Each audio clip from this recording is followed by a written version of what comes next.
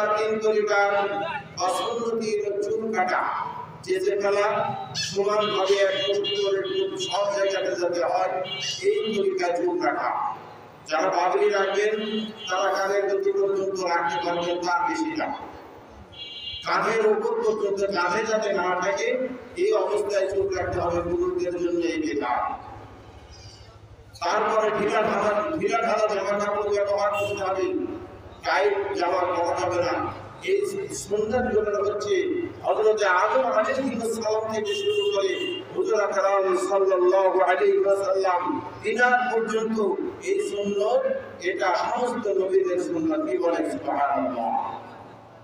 সমস্ত নবী আলাইহিস সালাম দাড়িকে লম্বা করতেন, মুছকে ছোট করতেন, মেজওয়াক সব সময়ের জন্য প্রত্যেক নবী আলাইহিস সালাম করেছেন। আমরা মেজওয়াক করি না, ব্রাশ করি না, আমাদের মুখের সামনে যাওয়া যায় না, কিছুদিন পরেই দেখা যাচ্ছে দাঁতে রক্ত হয়ে থাকে, যার কারণে দাঁত অপরিষ্কার থাকার কারণে এই ঘটনাগুলো ঘটে। আল্লাহ রাসূল এমনি ভাবে দাঁতকে পরিষ্কার করতেন, এমনি ভাবেই দাঁতকে পরিষ্কার করতেন, সব সময় জন্য মেসওয়াক করতেন। আল্লাহ রাসূল বলেন, আমি আশা করি এই যে আমার উম্মতের জন্য যাতে এটা ফরজ না হয়ে যায় এজন্য আমি এত তাকিদ দেই না, কিন্তু মেসওয়াক করা সব সময় জন্য তিনি মেসওয়াক করতেন। আমাকে আপনাকে মেসওয়াক করতে হবে। রাসূল আকরাম সাল্লাল্লাহু আলাইহি ওয়াসাল্লাম তিনি সব সময়ের জন্য মেসওয়াক করতেন। এই মেসওয়াক করার কারণে আরেকটি হাদিস হযরত আয়েশা সিদ্দিকা রাদিয়াল্লাহু তাআলা আনহা আল্লাহ রাসূলের অন্তিম শয্যায় তার আগে তিনাকে মেসওয়াক দেওয়া হলো। এমন শারীরিক অবস্থা তিনার খারাপ, তার দিয়ে যে মেসওয়াকটা যেভাবে নিষ্পত্তি তিনার নেই। হযরত আয়েশা সিদ্দিকা রাদিয়াল্লাহু তাআলা আনহা তিনি মেসওয়াকটা কি করলেন, একটু চিবিয়ে দিলেন। আল্লাহ রাসূল তা পরিষ্কার করলেন।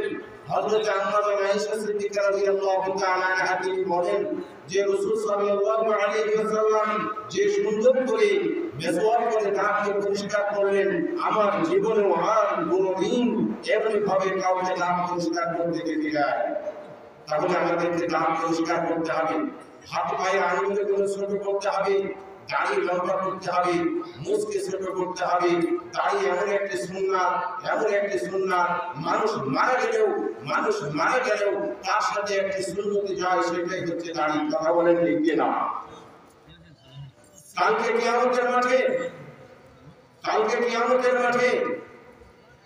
কিয়ামতের মাঠে শুনেন, আল্লাহ রাসূলকে যখন আমার সাথে আপনার সাথে আল্লাহ রাসূলের পরিচয় হবে, আল্লাহ রাসূল তখন চিনতে পারবে কিভাবে চিনতে পারবেন? মানে হাব্বা সুন্নতি, আল্লাহ রাসূল বলেন যে আমার সুন্নতকে ভালোবাসতো, ফাকাদ আহাব্বানি, সেজন্য আমি নবীকেই ভালোবাসতো। ওমান আহাব্বানি, যে আমি নবীকে ভালোবাসতো, ওয়াকানা মা'আ ফিল জান্নাহ, সে আমার সাথে জান্নাতে প্রবেশ করবে। বলে সুবহানাল্লাহ। আমরা সুরের পাগল, তালের পাগল, কোরআন এবং হাদিসের আলোকে কোনো সুযোগ নাই। কোরআন মাজিদ সুন্দর করে তেলাওয়াত করা যায়, সুন্দর বক্তব্য চলে না। আল্লাহ রাসূল জীবনে করতে সুন্দর বক্তৃতা দেয় নাই। আল্লাহ রাসূলের চাইতে বড় বক্তা পৃথিবীর বুকে আর কেউ নেই। কথা বলেন ঠিক কিনা? আল্লাহ রাসূল তিনি এমনই ভাবে কথা বলতেন, তিনার চেহারা মুবারক লাল হয়ে যেত, তিনার কণ্ঠস্বর উপরে হয়ে যেত, তিনার গলার রগ